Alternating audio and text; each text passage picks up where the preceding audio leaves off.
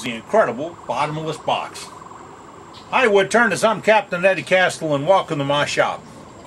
Today we have a nice little project. This makes a nice gift, little memento piece or whatnot to add on to the flat spots in your home in case they're not completely full with all that wood turning stuff you've got. But this is a nice project. It's fun, it's easy, and when you add another part of the project, the finial to it, it makes a really nice gift. Also gives you a chance to do a little decorating, a little playing with air color and brushes and airbrushes and some textures, etc. This is a nice project. And if you'd like to know how to do it, all you have to do is watch. This project is fairly simple. And it's kind of cool. First thing, we're going to start with an absolutely cube. Absolutely square. Cube. 90, 90, 90, same dimension, all three sides. If you don't, you're going to end up with something a little bit unique and you're going to lose some corners or some points. But that's not really too bad. You can work with that, as long as it's symmetrical. And if you're using the wrong kind of wood, you're going to lose those corners anyway. I'm going to start with some boxwood here. Now, in order to get this thing lined up, and oh, by the way, I've added another camera to the mix, so we can get some close-ups on the operations and blend them in. There's no chuck. This is open. And I've taken the center pin out of my one-way revolving center over here. So this is a hole. And the best way to get this to line up between 2 points is to use the points. So I am going to put it in the head over here, and it's going to make contact on 3 points, and over here it's going to bite on this center. Now I'm just going to be friction driving until I put the spot that I'm going to mount my stronghold spigot jaws. So that looks to be about an inch and a quarter. So I need to go in here and make a flat spot big enough to get the inch and a quarter to bite on. Because I've got something really weird spinning in here, I do want to take a test spin. That's what you do for a test spin. And before I bring the speed up at all, I want to make sure my headstock is set, it's tight, and then we'll go ahead and spin it. You got all this set up? Good. Before you think I've created this project or stole it from somebody, I learned this thing or saw it with Mark Legere at the AAW in 2006. And he checked the points. Now if I'm looking at my points and I've got a little reference here, I'm good for that one and I'm good for that one, but this one's a little bit back. So we're going to see if we can just back off the tailstock a little bit and get it to go in and bite just a silly fraction so I can see it on my head, and I'm in there.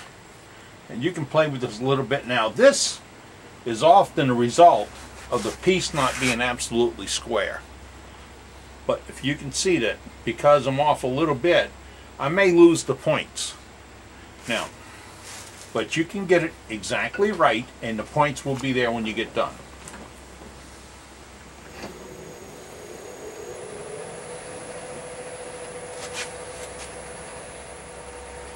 To get the flat spot I need, I'm going to use my double-sided negative rate skew. It looks just like my, I'm sorry, it was a double-sided negative rate scrape. No wait, it's a double-sided negative rate skew. That's what I used. And I don't have enough meat here to get 4 flats on. So I'm going to step in and take a little bit more, because I need enough meat and potatoes to grab this thing with.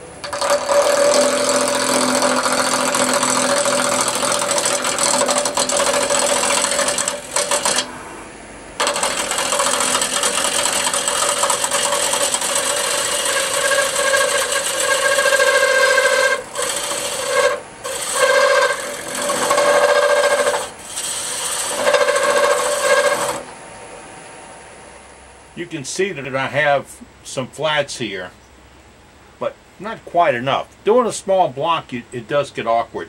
I can go in a little bit more and still get enough holding power with my one-way, because it'll go down to 3/8. But you want to do this gently because you are between centers. You don't want to twist a piece.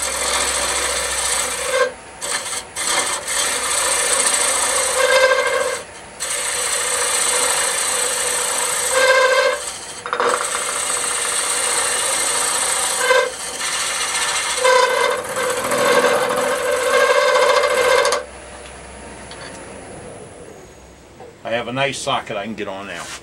Really nice. Keep in mind, we were between centers a few minutes ago, so we have an established center here, right, and a shoulder. And just for grins and giggles, I'm going to bring up my tailstock to hold it, then tighten down. Now, to give you some reference, this is the bottom of the piece, this is the bowl. Everything from here up is the top. That's this furthest outside point. The 3 back points are out in the back, and they're going to go away. So right off the bat, we're going to eliminate some big flying corners. Now, we could have done this a minute ago when it was the other direction, but I jumped ahead of myself a little bit. Now I choose to take it off. I'm going to do it with an Ellsworth. I choose the Ellsworth because I like the cutting action of it. I won't go all the way up to these other cuts, to these other corners, because that'll damage it.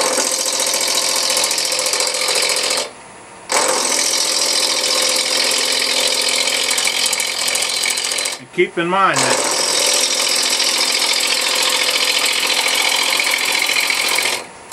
the bottom of this will be rounded when you flip it around. We're just getting rid of a little bit of meat.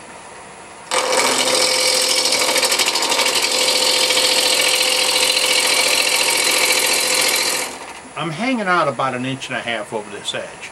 That's a pretty good hang on for just a 1/4 inch flute gouge. So maybe you want to go to something heavier. When you're cutting out here, you're now cutting on 3 wings. You hear a little knocking? Well, until you get the corners knocked in a little bit, let's take it easy. A couple of ways to do it. Keeps from that banging is crank it Z up a little bit. Let's take it up to about 2,000 RPM. See how much nicer it cuts? Don't be afraid of speed. If the piece is being well supported, speed can be your friend when it comes to eye shape.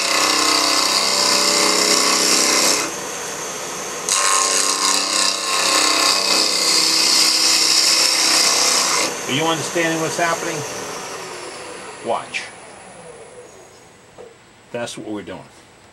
We're taking off some of the inside, and what I have is a flat spot back here and a flat spot up here. My goal is eventually to make them blend together, and that's where the shape of the bowl is going to come at.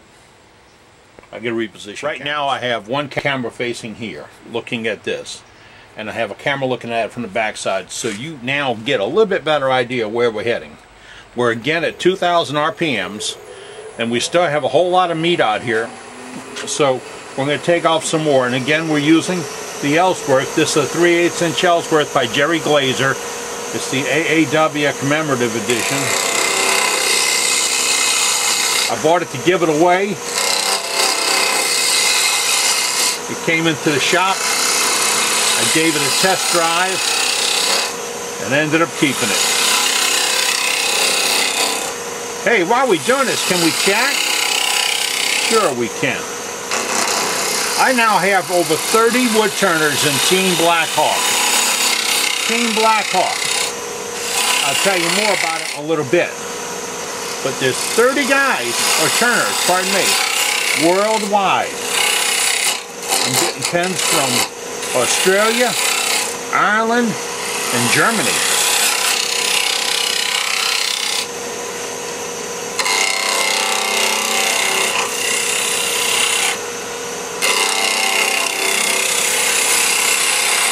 I'm going to get rid of this little stub in the middle because we're going to have to move the tailstock out the way to get in here and work the rest of it. So gently, you do not want to hog this out and get a twist. Always watch where the leading edge of your cutter is, not just the cutting edge. Because if the leading edge gets out here and gets into too much meat, you'll get a catch. See how fast it caught? My next step is going to be get this face ready to drill a hole. And to do that, I'm going to go ahead and eat this off. Again, I don't want to beat the piece up. So very gently,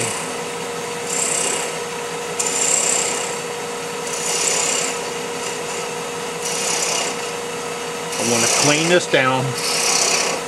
So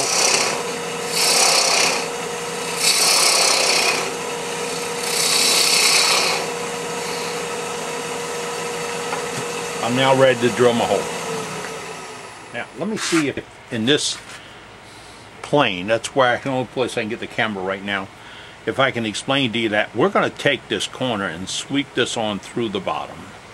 So if I say we're going to take that, we're going to sweep it right through about there. And I'm going to pop on the second camera to show you. I can sweep it right around through there, which means I'm probably not going to be able to go any deeper than that with this box. Maybe a little bit more because we can arc it a little bit, but I've only started with a 3x3. Makes a lot of difference to start with a 4x4 or a 5x5 or anything larger than 3, okay? So from here to here, I'm looking at that little mark on my pencil. Oh wait, you want me to use a ruler? I don't normally go ahead and do the ruler thing all the time, but what the heck. I want to say that the jar is going to be about 1.5 inches deep. So I don't want to drill any deeper than 1.5 inches. If I do, my inside diameter is going to exceed my outside diameter, and what did I call that? Trouble.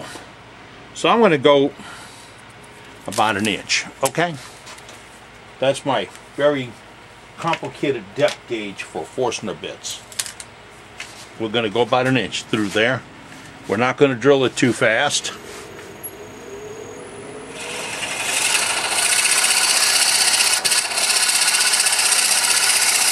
If you forgive me, I'm chicken, because there's a point on that Forstner bit, and I just had a piece the other day with a point is what shined through.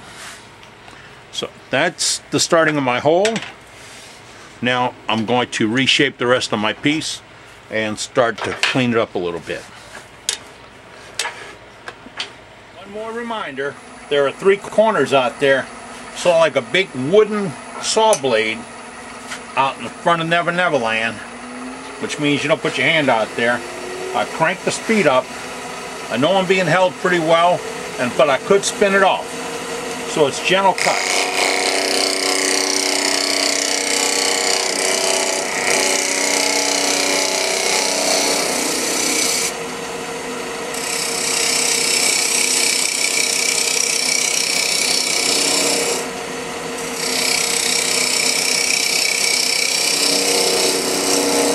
I don't want to pull all the way to the edge, it'll ruin the edge.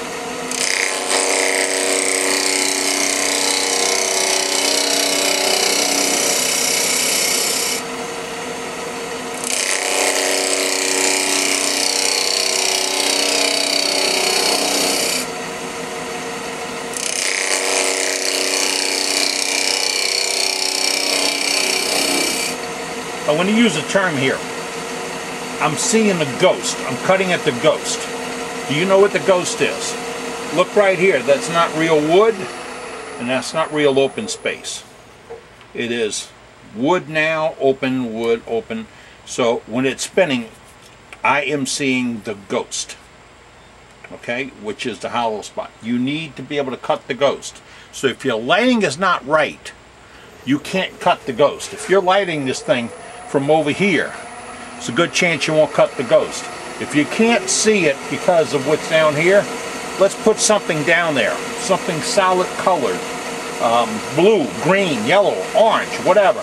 Something you can see, it blocks it out. You see the ghost is going invisible with my hand. I put something behind it. Does that help you? Yes. See the ghost a little bit better. It's important that you can see that and cut it.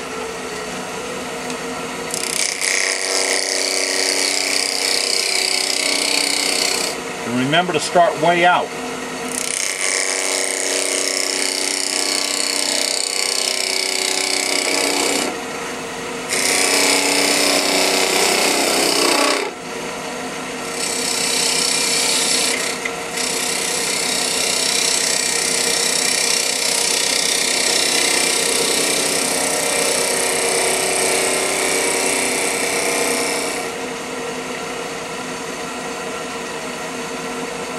I'm going to shape this up, and we're going to flip around to the other side and do a little work on it.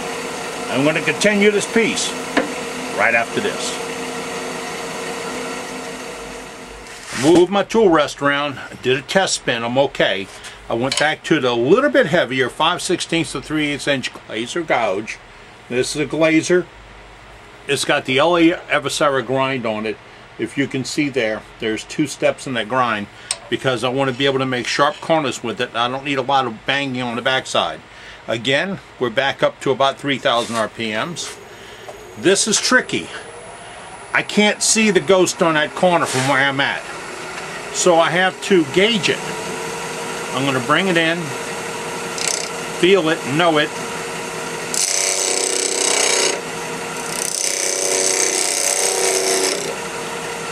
I have to open the gouge a little.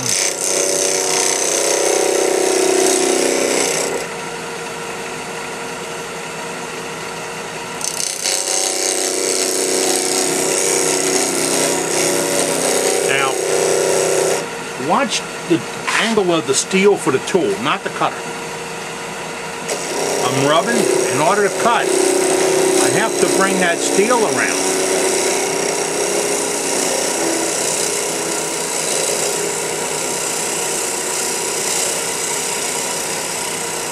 Otherwise, you see what happens when I stop bringing the steel around? I went straight. And I don't want to go back out to that edge with this thing on a pull cut. So that'll be sanded. Now from here in, I'm okay. The edge I want to save. You see those points?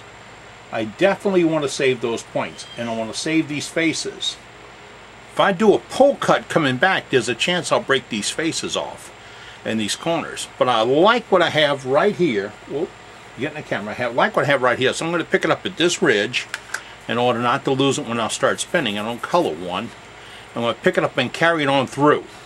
And I know that that's almost 100% meat from there on down, so I can get a little fancier with my cutting. I was just in editing this thing, and I'm at 20 minutes, and I'm not done yet. So there's going to be a part 2. I'm going back to this. Don't move. And I said don't move.